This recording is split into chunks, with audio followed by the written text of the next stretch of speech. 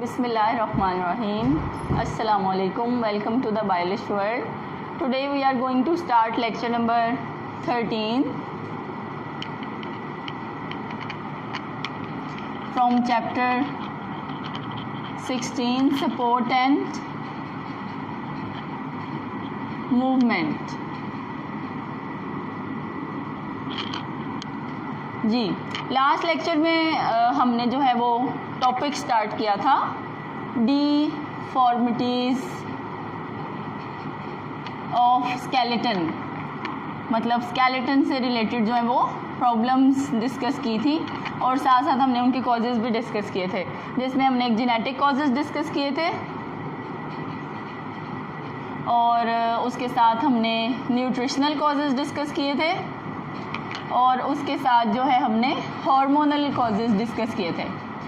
And today we are going to discuss further more deformities of skeleton which includes disc slip. जी ये एक और problem है skeleton से related, that is named as disc slip. अब इसमें होता क्या है कि जैसा कि हमें पता है कि वर्टिब्रल कॉलम में 33 वर्टिब्री होते हैं, छोटी बोन्स होती हैं, ठीक है, छोटी छोटी वर्टिब्री होती हैं जो कि एक दूसरे के साथ फाइब्रस कार्टिलेज के थ्रू जुड़ी होती हैं. फाइब्रस कार्टिलेज बहुत स्ट्रॉन्ग कार्टिलेज की टाइप है that includes a large quantity of collagen fibres. तो ये जो फाइब्रस कार्टिलेज है इसके अंदर कोलेजन फाइबर्स बहुत ज़्यादा होने की वजह से it is very strong type of cartilage. ठीक है, सो क्योंकि बैकबोन जो है वर्टिब्रल कॉलम जो है वो हमारी बॉडी को सपोर्ट प्रोवाइड करती है. सारा दिन जो है वो हम अपनी वर्टिब्रल कॉलम पे ही खड़े हैं, बैठते हैं, बेंड होते हैं, कोई चीज़ उठानी होती है, लेटना होता है, करवट लेनी होती है, एक्सरसाइज करनी होती है, कोई कुछ भी करना हो, we use this vertebral column. तो क्योंकि इसका यूज़ जो है वो हमारी बॉडी की मूवमेंट्स में ऑलमोस्ट सबसे ज़्यादा है, बॉडी को सपोर्ट करने में रोल इसका सबसे ज़्यादा है, तो इसकी बोन्स भी मजबूत हैं और उसके साथ ही साथ इसकी बोन्स के ऊपर जो कार्टिलेज लगा हुआ है फाइब्रस कार्टिलेज वो भी बहुत मजबूत है. ठीक है, सो ये वर्टिब्री जो हैं इनको अगर हम थोड़ा सा बड़ा करके शो करें तो ये एक बोन है वर्टिब्री की और ये दूसरी बोन है वर्टिब्री की. इन दोनों के दरमियान में एक बहुत मजबूत कार्टिलेज है in the form of rings इस तरह, and this cartilage is called as fibrous cartilage. And this fibrous cartilage is also called as annulus fibrosus. जी इस हिस्से को हम क्या कहते हैं, annulus fibrosus. इधर हम दोबारा से ड्रॉ कर लेते हैं इसे. ये देखें, ये जो ऐसे रिंग्स की फॉर्म में कार्टिलेज मौजूद है, बहुत स्ट्रॉन्ग कार्टिलेज है, this is called as annulus fibrosus. और इसके सेंटर में एक बॉल मौजूद है, मेम्ब्रेन से बनी हुई एक बॉल है और उस बॉल के अंदर जो है वो फ्लूइड है, and this ball is named as nucleus pulposus. जी सो हमारे पास ये nucleus pulposus and annulus fibrosus ये दो जो चीज़ें हैं, annulus fibrosus is a cartilage and nucleus pulposus is a shock absorber. ये एक बॉल जैसा स्ट्रक्चर है जो मेम्ब्रेन से बना है और उसके अंदर क्या है, फ्लूइड है. सो ये दोनों चीज़ें जो हैं वो वर्टिब्री के दरमियान में पाई जाती हैं.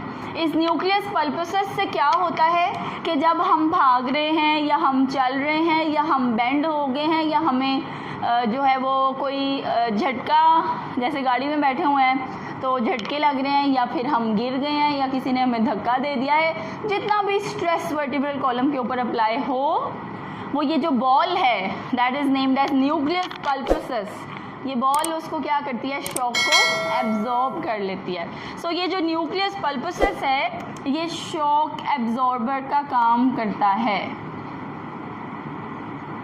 जी, जैसा कि मैंने बताया, क्योंकि हमने अपनी वर्टिब्रल कॉलम बहुत ज़्यादा यूज़ करनी होती है तो इसलिए हमें जर्क्स भी लग जाते हैं, हम खेल भी रहे होते हैं, हम ज़्यादा देर खड़े भी रहते हैं, हम झुक के कोई चीज़ भी उठा लेते हैं या कोई ऐसे करके धक्का भी दे देता है, तो जो भी है एक्सरसाइज कर लेते हैं। जिम्नास्टर्स जो हैं वो अपनी बॉडी को बहुत ज़्यादा फ्लेक्सिबिलिटी के साथ बेंड कर लेते हैं, पीछे की तरफ भी आगे की तरफ भी। सो इसमें सारी शॉक्स एब्जॉर्बेंट कौन है? न्यूक्लियस पल्पसस।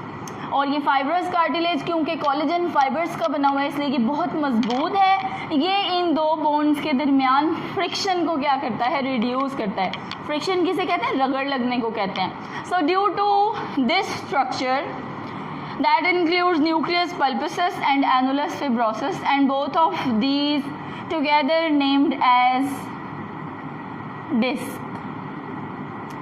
इस स्ट्रक्चर को हम क्या कहते हैं? डिस्क। और डिजीज़ का क्या नाम है? Disc slip.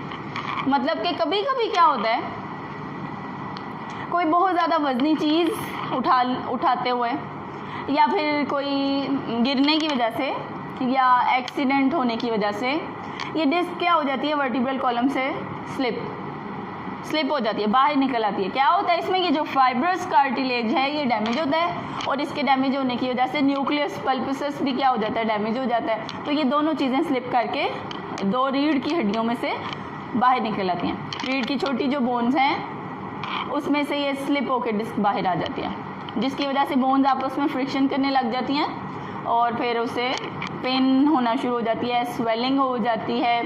और अगर कोई बॉडी की नर्व वगैरह बीच में दब जाए तो फिर वो वाला बॉडी का ऑर्गन भी काम नहीं करता। So this disc slip is also known as herniated disc. So इसे क्या कहते हैं? Herniated disc, slipped disc. ये जो स्लिप हुई डिस्क है इसे हम और क्या नाम देते हैं? हर्निएटेड डिस्क का नाम देते हैं। तो ये डिस्क जो है वो स्लिप हो जाती है। इसका ट्रीटमेंट जो है ना वो मेडिसिनली बहुत कम है। ज़्यादातर पेन किलर्स दे दी जाती हैं जो स्वेलिंग रिड्यूस कर देती हैं। उसके अलावा बेड रेस्ट बिल्कुल कंप्लीट, फोम के ऊपर नहीं लेटना होता, जो है वो सख्त जगह पे लेटना होता है, बिल्कुल सीधे।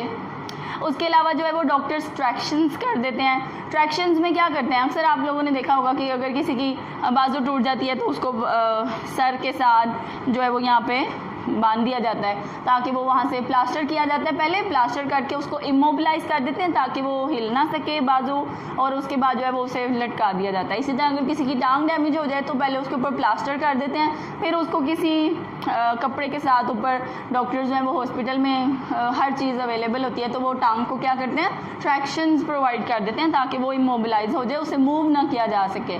तो बिल्कुल इसी तरह डॉक्टर्स जो है वो डिफरेंट मेथड्स जो है वो अप्लाई करते हैं ताकि वर्टिब्रल कॉलम्स में से रीढ़ की हड्डियों को थोड़ा सा पीछे किया जा सके। जितना ज़्यादा पेशेंट बेड रेस्ट करेगा उतनी उसकी वर्टिब्रल कॉलम जो है वो रिलैक्स होगी तो स्लिप हुई डिस्क जो है वो कुछ ना कुछ अपनी जगह पे मूव करके चली जाएगी। और इसका कोई ट्रीटमेंट नहीं है। इसमें डॉक्टर जो है वो बेड रेस्ट करते हैं, ट्रैक्शंस करते हैं, कुछ इंजेक्शंस दे देते हैं, पेन किलर्स देते रहते हैं। और उसके अलावा जो है वो मैंने एक बार जो है वो ये भी ऑब्ज़र्व किया कि डॉक्टर्स जो हैं वो वेट्स का इस्तेमाल करते हैं, वज़न का। पेशेंट को जो है वो बेड पे जो है वो कर देते हैं, लिटा देते हैं, फिर उसके बाद जो है वो यहाँ शोल्डर्स के साथ रबर्स के बैंड्स होते हैं वो बांधते हैं, फिर उसके साथ वो वेट जो है वो लगा देते हैं, वज़न कंधों से भी और पाँव की तरफ से भी। पाँव के एंकल्स के ऊपर भी रबर्स चढ़ाते हैं और उसके नीचे वो वेट लगाते जाते हैं। 1 वीक बाद 2 वीक बाद वो वेट को जो है वो इंक्रीज़ करते हैं ताकि हाइंड लिम्स को भी पीछे की तरफ खींचा जाए और कंधों को भी ऊपर की तरफ स्ट्रेच मिले ताकि वर्टिब्रल कॉलम जो है वो ज़्यादा से ज़्यादा रिलैक्स हो जाए। So it is also a form of treatment. ये भी एक फिजिकल ट्रीटमेंट है जो डॉक्टर्स जो हैं वो इसके लिए यूज़ करते हैं। So this deformity of skeleton is called as disc slip. जी, डिस्क स्लिप के बाद जो नेक्स्ट डिफॉर्मिटी है स्केलेटन की, that is called as spondylolysis. और इसकी कोई इतनी लंबी चौड़ी एक्सप्लेनेशन नहीं है। Spondylolysis is just defined as immobilize vertebral column. जब रीढ़ की हड्डी में से कार्टिलेज बिल्कुल डैमेज हो जाए और वर्टिब्रल कॉलम के वर्टिब्री बिल्कुल इमोबिलाइज हो जाए सारे आपस में फ्यूज़ हो जाएं, बीच में से डिस्क बिल्कुल डैमेज हो जाएं, ख़त्म हो जाएं। इसकी वजह एज भी हो सकती है, इसकी वजह कोई और प्रॉब्लम भी हो सकता है। जब वर्टिब्रल कॉलम बिल्कुल इमोबिलाइज हो जाती है, इसे मूव नहीं किया जा सकता, दैट इज़ कॉल्ड एज स्पॉन्डोलाइसिस। सो उसके बाद जो हम स्टार्ट करने लगे हैं ये है हमारे पास शैटिका। शैटिका जो है ना ये ऑलमोस्ट डिस्क स्लिप से ही रिलेटेड है थोड़ा सा। शैटिक एक नर्व है जिससे इस डिजीज़ का नाम है शैटिका। सो ये शैटिक नर्व जो है ये हाइंड लिम्स की तरफ जाती है, मतलब ये लेग्स की तरफ जाने वाली नर्व है। तो नर्व है तो it is a part of peripheral nervous system. Peripheral nervous system is made up of nerves and ganglia. Nerves जो है ना वो न्यूरॉन से बनते हैं और न्यूरॉन्स का काम क्या है? नर्व्स बनती हैं जी एक्सोन्स ऑफ न्यूरॉन्स से। सो नर्व्स का काम होता है ब्रेन के मैसेजेस बॉडी तक लेके जाना। सो होता क्या है कि कभी कभी गिरने की वजह से, डिस्क स्लिप हो जाने की वजह से, या फिर बटॉक में इंजेक्शन जो डॉक्टर्स लगाते हैं, हिप में इंजेक्शन लगाते हैं, वो शैटिक नर्व को डैमेज कर दे। जो भी केस है, जो भी वजह है, उसमें डैमेज क्या हो रही है? Sciatic nerve.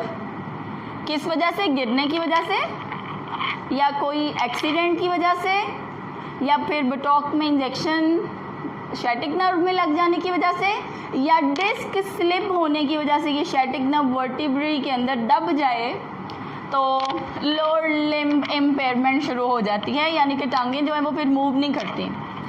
जब तक ये शैटिक नर्व रिकवर नहीं होगी, जब तक ये शैटिक नर्व जो है वो अपनी नॉर्मल पोजीशन पे नहीं आएगी, कंडीशन पे नहीं आएगी, तब तक लेग्स जो हैं, टांगें जो हैं वो मूवमेंट नहीं कर सकती। सो कभी कभी तो ऐसा होता है कि शैटिक नर्व जो है वो बिल्कुल कट हो जाती है, बिल्कुल डैमेज हो जाती है, जिसकी वजह से लोअर लिम्स इमोबिलाइज हो जाते हैं, फिर वो मूव नहीं कर सकते। बाकी सारी सिचुएशंस में जो है ना वो शैटिक नर्व डैमेज होती है, लेकिन दर्द आती है, स्टैबिंग पेन। जी, sciatica is a stabbing pain। बहुत ज़्यादा तकलीफ। Stabbing pain means sharp pain जो रेडिएट होती है। रेडिएट मतलब ऐसे जैसे सूरज की शुआएं निकलती हैं ना और दूर तक जाती हैं, बिल्कुल इसी तरह ये वर्टिब्रल कॉलम से शैटिक नर्व से पेन निकलती है और पूरी टांग तक जाती है। और अगर ये जो है वो बिल्कुल डैमेज हो जाए तो फिर तो टांगे जो है वो मूव ही नहीं कर सकती। लेकिन नॉर्मली जो है ना वो शैटिका क्या है? स्टैबिंग पेन है, एक बहुत शार्प पेन है जो रेडिएट होकर टांग की तरफ जाता है। और उसकी वजूहात मैंने आपको बताई है कि शैटिक नर्व जो है ना वो दब जाती है, या तो डिस्क स्लिप होने की वजह से दो वर्टिब्री के दरमियान, या फिर गिरने की वजह से डैमेज हो जाती है, या कोई वजनी चीज़ उठाते हुए डैमेज हो जाती है, या एक्सीडेंटली हो जाती है, या बुटॉक में इंजेक्शन शैटिक नर्व के साथ टच होने की वजह से भी वो डैमेज हो जाती है। सो इसका भी ट्रीटमेंट जो है वो पेन किलर्स हैं और बेड रेस्ट है।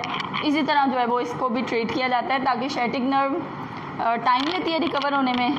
मेडिसिनली जो है वो पेन किलर्स देते रहते हैं डॉक्टर, कुछ जो है वो मेडिसिन भी साथ देते हैं। जैसे जैसे शैटिक नर्व रिकवर हो जाती है तो लिम्स जो है वो दोबारा से मोबिलाइज हो जाते हैं, काम करने लग जाते हैं।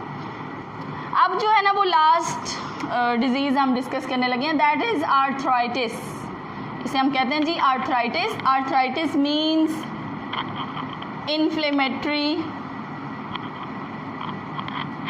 Disease of joints.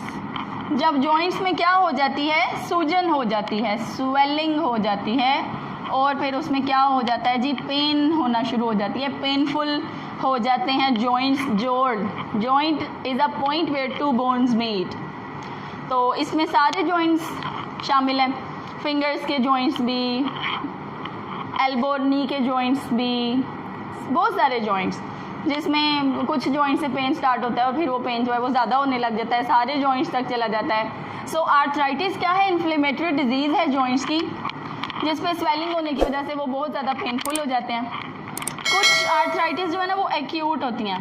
Acute means थोड़ी सी पेन के बाद वो ट्रीट की जा सकती हैं, ठीक हो जाती हैं। और कुछ आर्थराइटिस जो है ना वो ऐसी हैं जो कि सारी ज़िंदगी फिर साथ चलती हैं, ठीक है। वो क्रोनिक आर्थराइटिस उन्हें कहा जा सकता है, क्योंकि वो बहुत ज़्यादा मुश्किल से ट्रीट होती हैं और फिर ज़िंदगी के साथ ही चलती हैं, जैसा कि ऑस्टियोआर्थराइटिस,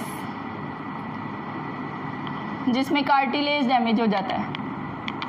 बोन्स के ऊपर जो कार्टिलेज होता है ना, उनकी प्रोटेक्शन के लिए, फ्रिक्शन रिड्यूस करने के लिए वो क्या हो जाता है, डैमेज हो जाता है। उसके अलावा होती है जी रोमेटॉइड आर्थराइटिस। रोमेटॉइड आर्थराइटिस में जो वो साइनोवियल मेम्ब्रेन और साइनोवियल फ्लूइड जो है ना वो डिस्टर्ब हो जाता है, उसकी क्वांटिटी कम हो जाती है। और उसके अलावा जो तीसरी टाइप है दैट इज़ गाउट, जिसमें यूरिक एसिड जो है वो अक्यूमुलेट होने लग जाता है जॉइंट्स के बीच में। तो ये तीन जो है ना वो क्रोनिक है। ये सारी उम्र साथ चलती हैं, फिर मेडिसिन यूज़ करनी पड़ती हैं, रेस्ट करना पड़ता है। और जो एक्यूट है ना वो मतलब जो कम है वो किसी बैक्टीरियल इन्फेक्शन की वजह से हो जाती है। कुछ देर जॉइंट्स में पेन हो गया तो उसको एंटीबायोटिक्स के थ्रू क्या किया जा सकता है, ट्रीट किया जा सकता है। सो आर्थराइटिस का मतलब है जॉइंट्स में इन्फ्लेमेशन हो जाना। एक्यूट है तो ट्रीट हो जाती है, लेकिन इनमें से अगर कोई स्वेयर फॉर्म ऑफ आर्थराइटिस है, ऑस्टियोआर्थराइटिस, कार्टिलेज डैमेज हो गया, रोमेटॉइड आर्थराइटिस में साइनोवियल फ्लूइड की क्वांटिटी रिड्यूस हो जाती है, गाउट में यूरिक एसिड जो है वो जॉइंट्स के अंदर अक्यूमुलेट होने की वजह से जॉइंट्स इमोबिलाइज होना शुरू हो जाते हैं, मूव नहीं किया जा सकता उनको।